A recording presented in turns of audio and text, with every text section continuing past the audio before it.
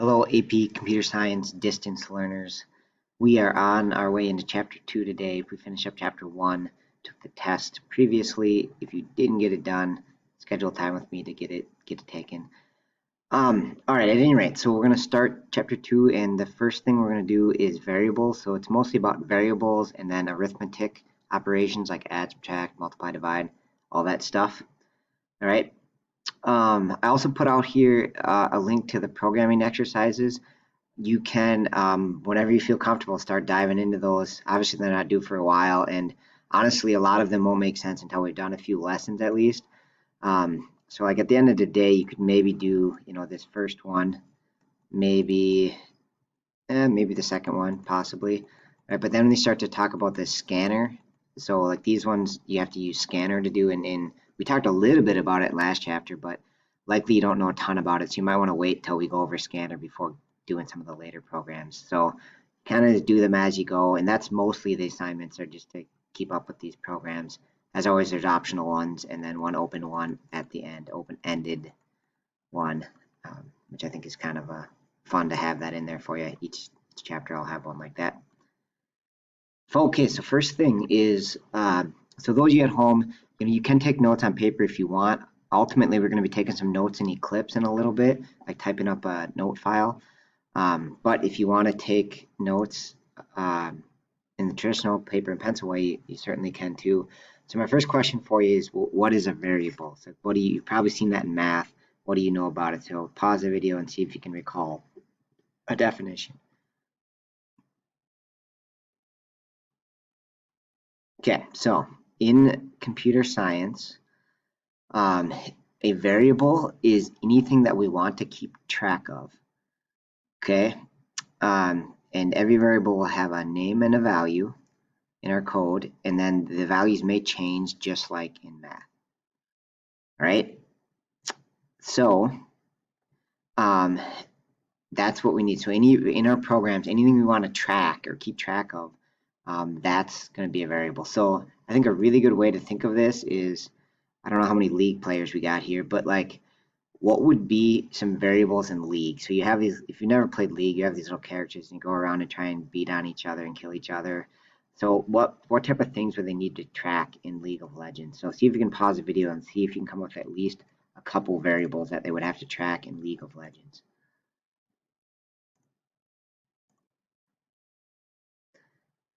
All right, so some ideas. Definitely would have like a health for the character, right? So that'd be a variable. We'd name it health or something. You'd have a number of kills that you've got. Okay, you'd also probably have like a character name. What else would you have? You would have like a weapons list, maybe, like all the weapons that they have, or items, I guess. I should say items is a better name for this. Okay, so the point is you would have anything you need to keep track of, the time in the game. There's all these different stats, like their attack power, their magic power. All of those would be variables that you need to keep track of.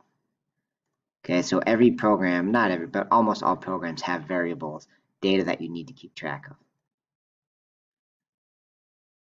All right, and so as far as the variable types, at the start of class or start of your programs, there's not that many different types.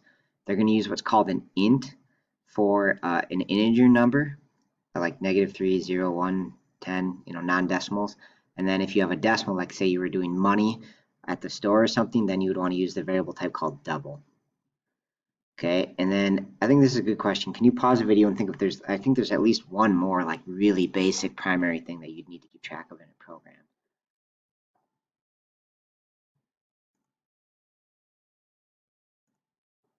Okay, and so the last thing you need to do is keep track of, in Java it's going to be called a string, but that's really just for words or text. Okay, so anytime you have text, you're going to use a variable type called string. Okay, and so those are probably the three basic things. You could have integers, decimal numbers, and then text are the three main things for a basic program that you're going to need. Okay, so I want to flip back here actually then, and let's go back to this, right, and go to the League of Legends example, and which type of variables do you think these would be, right? Like would they health kills, character name, item list, what type between int.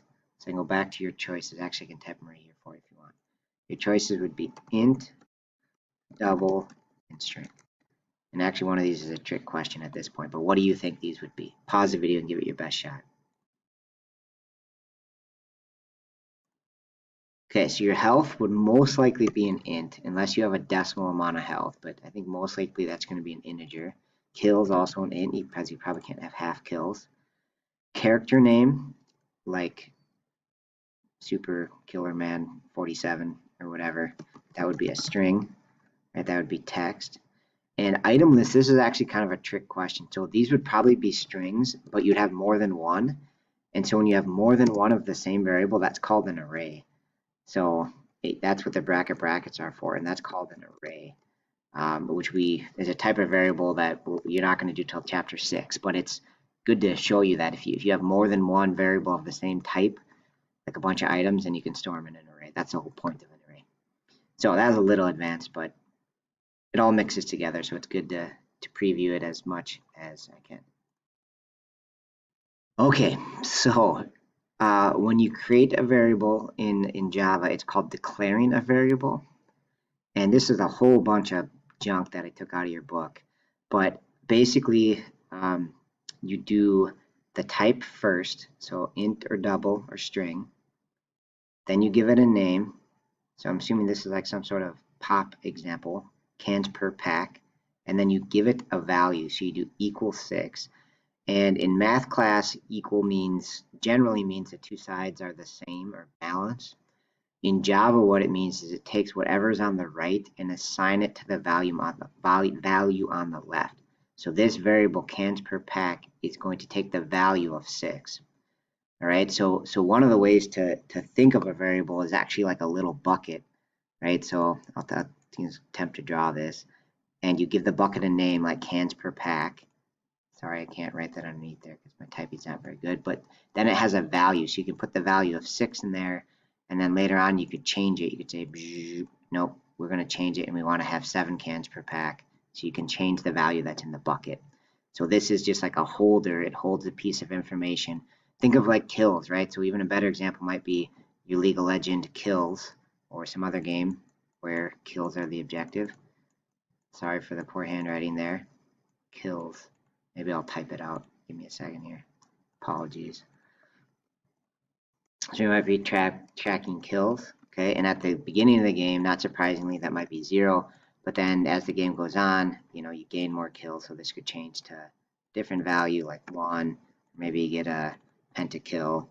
So what is that, 5? So now you'd be up to 6 kills, right? So it's just a variable that can change, or a bucket that can change, that the value can change as the program goes on. Okay, so to start to see what this looks like in Eclipse a little bit is, this is some stuff that if you want to pause the video and read it, you can, but I'll basically explain it in Mr. Westpatal speak. So when you create a variable, you only have to do the type once. So in this case, we're making a variable called x, and its type is int, right? So the very first time I create x, I use int, and then give it the name, and it looks like I'm going to set it to be an initial value of 5. Right? So physically, here's my bucket, and somewhere in the computer, I have a little bucket labeled with X and has a value of 5. Okay, and so then the lines are going to run one at a time. So after the first line, we get this, but then what this line does is it says, I want to take this X, that variable that I named X, and give it a new value, in this case, 10. Right? And so one of the things that's tricky is students sometimes want to put int x again equals 10, but you only put the int the first time, right? And that's called like declaring the variable. And once you've declared it, it exists. There's a bucket in your program called x, and you don't have to say what type of variable it is anymore, right? So on this line, we don't have the int part. We have just x equals 10. All right, so it'll run sequentially. So now we're down to this line, and this line will say take our bucket x and make it be whatever was x was before and add 1. So currently our bucket has 10 in it, so we're going to add 1 to that and then restore the value that's in there. So now it's 11 instead of 10. All right, And then you can also like use it in print statements. So I can do system.out.println, the value of x is x, boom, plus x. So this will put out the value of x is 11, because we'll just insert not the letter x here, but because it's not inside of the quotes, it'll actually do the value of x, which is 11. So system print out the value of x is 11. Okay, so I think the thing that makes the most sense now is to start typing some of this up in Eclipse, right, and see it in action. All right, so I'm going to launch up my workspace, same workspace as before. What'll be different here is I recommend making a new Java project for your Chapter 2 program. So just to keep them separately, keep them separate, I think it's probably better to do a whole new Java project. In Eclipse, go to File, New, Java Project, and I'm not already going to do this because I already have one, so you just type Chapter 2 Programs, but and then click Finish. So I already have my Chapter 2 programs right here, but once you go at that, then you want to do go in here, whoops, go File, New, Package. So you want to make a package called Programs, right, with a lowercase p. And then inside of there, you can make your first class. So I'm going to do File, New, Class, which is, again, just a Java program. And I'm going to call it Variable Notes, right? Because we're going to take some notes on variables. Right, and click Finish. And it'll create the class heading for us. And of course, we hit Enter here because we want the curly braces to line up. No sane person would make them otherwise. All right, and then practice typing out the main. See if you can remember how to type out the main. I think when you're first learning, it's good to type it out a few times. And then if you get stuck, you can always look back at one of your programs from Chapter 1. Okay, so hopefully you got a chance to type it out. Once you get good enough at it, I can show you some tricks here. Like if you type main and control spacebar, it's gotta think the first time, it always breaks for me, but control spacebar, and then you can choose main method right here, and boom, it'll spit it out for you. So that's a pretty cool trick. Once you get good at typing it, if you want to skip that step, you can just go ahead and do it the way I did it there. Okay, I'm going to make this big so we have a little more space and we can see everything okay. All right, so let's start by creating an integer variable. All right, and you can name it whatever you want. All right, and let's just do an int, okay, and then you can give it whatever name you want. So I'm going to do Adkins IQ, XIQ here, okay, and then you actually don't have to assign it a variable at first. You can just do Adkins IQ like that, and then you do Adkins IQ, and then give it a value. It's just an estimate.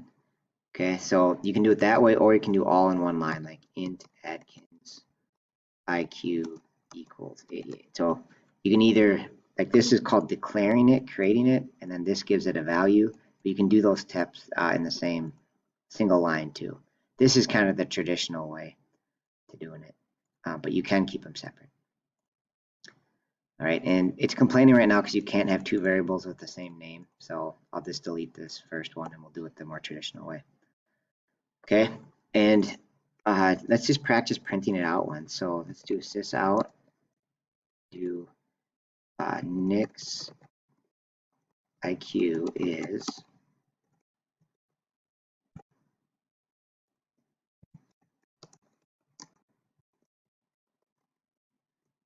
all right. And so if we run this,